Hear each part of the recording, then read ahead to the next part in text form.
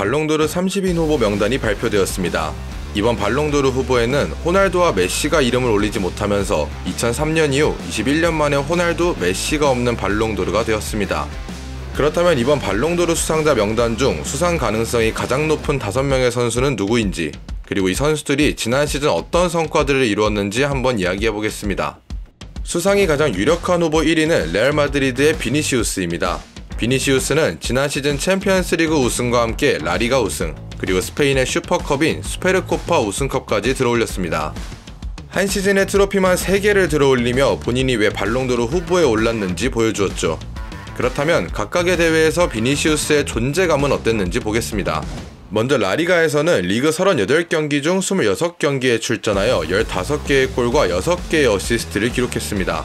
생각보다 시즌 초중반에 부상으로 많은 경기를 결장했던 비니시우스라서 부상 복귀 이후에도 과연 본인의 폼을 유지할 수 있을까가 관건이었지만 보란듯 그 이상의 활약을 펼치며 레알 마드리드의 리그 우승에 엄청난 기여를 했습니다. 다음은 수페르코파입니다. 수페르코파 트로피는 사실상 비니시우스가 얻어온 것이라고 봐도 무방합니다. 수페르코파에서 2경기 3득점 활약을 펼친 비니시우스는 AT와의 첫 경기에서는 침묵했습니다. 하지만 결승전에서 바르셀로나를 만났고 축구계 최고의 라이벌전인 엘 클라시코에서 해트트릭을 기록하면서 레알 마드리드에게 트로피를 선물해 주었습니다. 비니시우스는 챔피언스 리그에서도 말 그대로 미친 활약을 펼쳤습니다. 10경기에 나서 6개의 골과 5개의 도움을 기록하면서 경기당 공격 포인트가 1개가 넘어가는 모습을 보여주었습니다. 특히나 도르트문트와의 챔피언스리그 결승전에서는 팀에게 꼭 필요했던 귀중한 추가골을 기록하면서 레알 마드리드의 15번째 비기어를 함께 들어올렸습니다. 이처럼 비니시우스는 레알 마드리드라는 팀에서 3개의 트로피를 들어올리는 시즌을 보냈고 그 안에서도 대체 불가능한 모습들을 보여주었습니다. 물론 브라질 대표팀으로서 코파 아메리카 우승컵을 들어올리지 못한 점이 아쉽게 느껴질 수밖에 없습니다. 예선 3경기에서 2골을 기록하고도 8강에는 경고 누적으로 출전하지 못하면서 브라질이 탈락하는 순간을 지켜보고 있을 수밖에 없었죠. 이 부분이 비니시우스의 발롱도르 수상에 부정적인 영향을 미칠 수도 있습니다. 저도 비니시우스의 모든 경기를 챙겨보지는 못했지만 확실한 건 비니시우스가 지난 시즌 경기 내에서 보여줬던 그의 영향력은 지표 그 이상입니다. 2위는 맨체스터 시티의 로드리입니다. 로드리는 우선 스페인 대표팀으로서 유로 우승컵을 들어올렸습니다. 소속팀에서는 프리미어리그, 클럽 월드컵, 그리고 UEFA 슈퍼컵 트로피를 들어올렸죠. 소속팀에서 3개, 그리고 대표팀에서 1개의 트로피까지 들어올린 로드리입니다. 리그에서 로드리는 정말 미친 존재감이라는 말이 딱 어울리는 활약이었습니다. 리그 34경기, 8개의 골, 그리고 9개의 도움. 아무래도 수비형 미드필더이다 보니 상대적으로 다른 후보들에 비해서 수치 자체는 낮아 보입니다. 근데 수비형 미드필더의 지표라고 생각하고 바라보면 또 절대 낮은 수치가 아니죠. 게다가 더욱 놀라운 건 지난 시즌 로드리는 경고로 인한 출장 정지로 3경기에 나오지 못했는데 맨시티는 딱 그 3경기를 패배했습니다. 로드리가 없는 맨시티는 승률 0%, 패배할 확률 100%였던 지난 시즌입니다. 클럽 월드컵에서 로드리는 2경기에 모두 선발로 출전해서 득점이나 도움을 따로 기록하지는 않았습니다.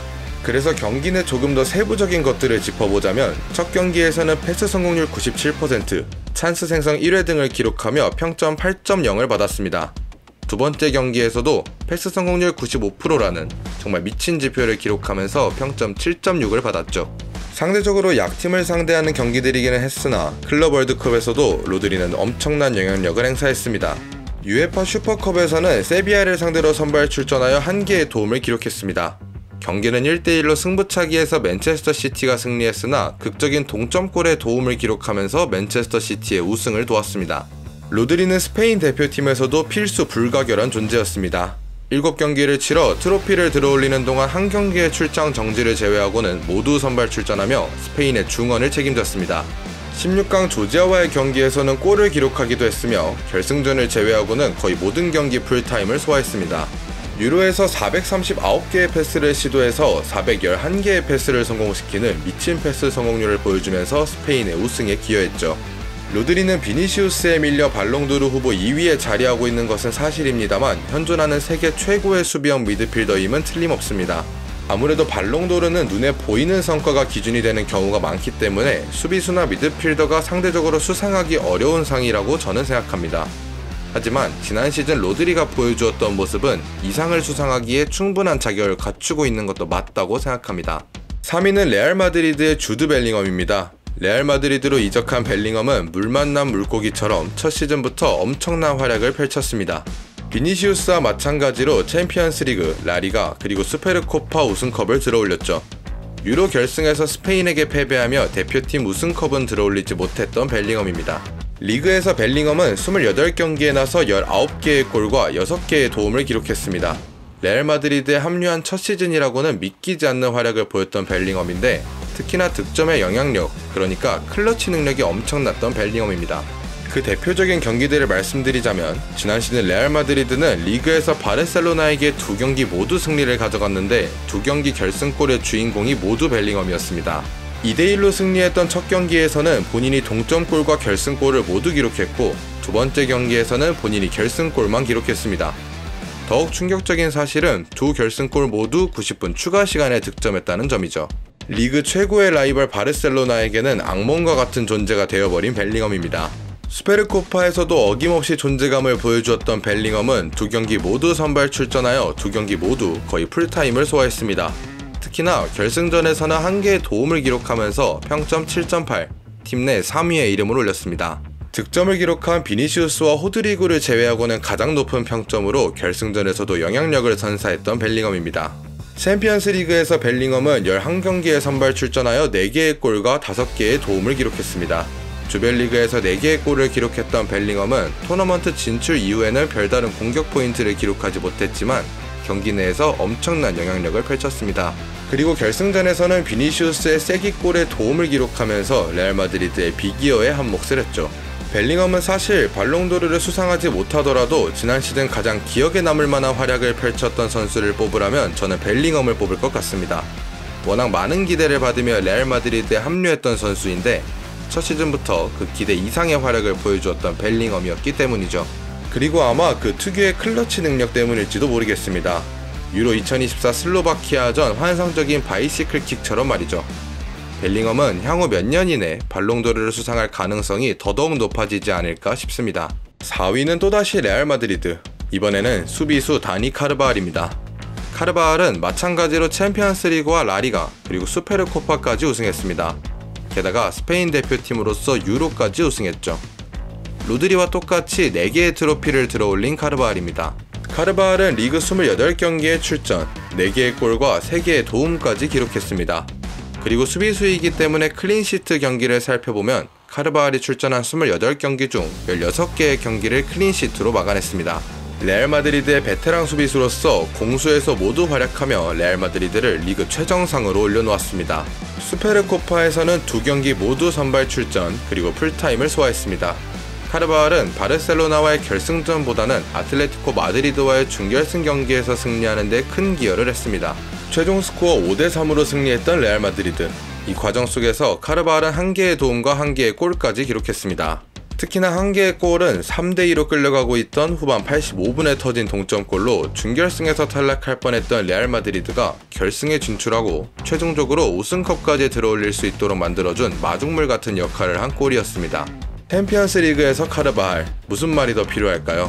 10경기에 나서 1개의 골과 1개의 도움을 기록한 카르바알은 챔피언스 리그 결승전, 결승골의 주인공이었습니다.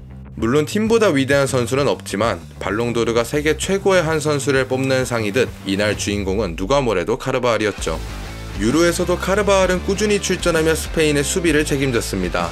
7경기 중 체력 안배 차원에서 1경기는 벤치에, 경고 누적으로 1경기는 정지를 당하면서 5경기에 출전했습니다. 그 5경기 중에서도 1경기를 제외하고는 모두 풀타임을 소화했죠. 사실 카르바알은 눈에 띄는 지표나 활약이 많지는 않지만 우선 이번 시즌 들어올린 트로피들이 다른 선수들과 비교가 되지 않을 정도입니다. 소속팀은 리그 우승과 챔피언스 리그 우승을 들어올린 레알 마드리드이고 대표팀은 유로를 우승한 스페인이기 때문이죠. 게다가 각각의 팀에서도 빼놓을 수 없는 자원이며 눈에 보이지 않는 곳에서 팀의 승리를 위해 꾸준히 공헌해온 베테랑 선수입니다.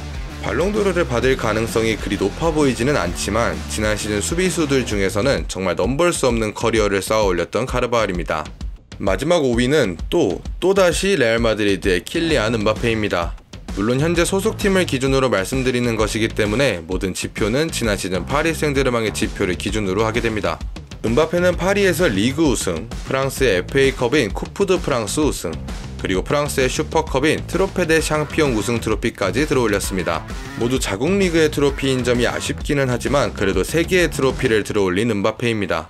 음바페는 파리가 리그 우승 트로피를 들어올린 당연 1등 공신이라고 볼 수 있습니다. 리그 29경기에 출전해서 27개의 골과 7개의 도움, 정말 미친 득점력입니다. 경기당 공격 포인트 1개를 넘기며 지난 시즌도 이제는 당연하다는 듯 리그왕 득점왕을 차지했습니다. 물론 리그왕이 다른 리그들보다는 하위 리그에 속하기는 하나 저렇게 많은 득점을 꾸준히 올리는 것은 절대 쉬운 일이 아닙니다. 음바페의 엄청난 득점력은 벌써 몇 년째 이어져 오고 있죠. 쿠프 드 프랑스에서는 6경기에서 8개의 골과 3개의 도움을 기록했습니다. 물론 초반 라운드에서 하위권 팀들을 상대로 많은 공격 포인트를 쌓아 올리기는 했지만 모든 경기에 선발로 출전하여 풀타임을 소화하면서 파리 생제르맹의 우승에 힘을 실었습니다. 트로페 데 샹피용은 툴루즈와의 경기였는데 이날 우승컵을 들어올리게 만든 결승골은 바로 이강인 선수가 기록했습니다.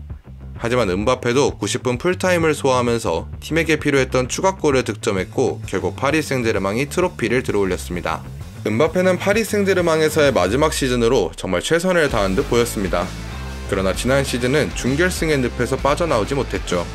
파리 생제르맹은 챔피언스리그 준결승에서 도르트문트를 만나 결승에 진출하지 못했고 프랑스 대표팀은 유로 준결승에서 우승팀 스페인을 만나 탈락의 고배를 마셨습니다. 특히나 유로에서는 코뼈 부상으로 마스크까지 착용하며 경기에 나왔던 음바페인데 데샹 감독의 프랑스는 그다지 좋은 모습을 보여주지 못했습니다. 하지만 결국 이번 시즌 세계 최고의 팀 레알 마드리드에 합류했고 더 많은 메이저 트로피들을 들어올릴 가능성이 높아진 상황입니다. 레알 마드리드가 소속팀인 음바페는 더더욱 발롱도르에 가까워질 가능성 또한 높아질 것 같습니다. 이렇게 발롱도르 수상 가능성이 가장 높은 5명의 선수를 살펴보았습니다. 아마 정황상 비니시우스가 수상할 가능성이 높아 보이기는 하지만 사실 저는 로드리가 받았으면 좋겠다고 생각은 하고 있습니다. 여러분들은 과연 누가 발롱도르를 수상할 것 같다고 생각하시나요? 여러분들의 의견을 자유롭게 댓글로 남겨주세요. 다양한 축구 영상이 보고 싶으시다면 구독 버튼도 한 번씩 부탁드립니다. 오늘 영상은 여기까지입니다. 시청해주셔서 감사합니다.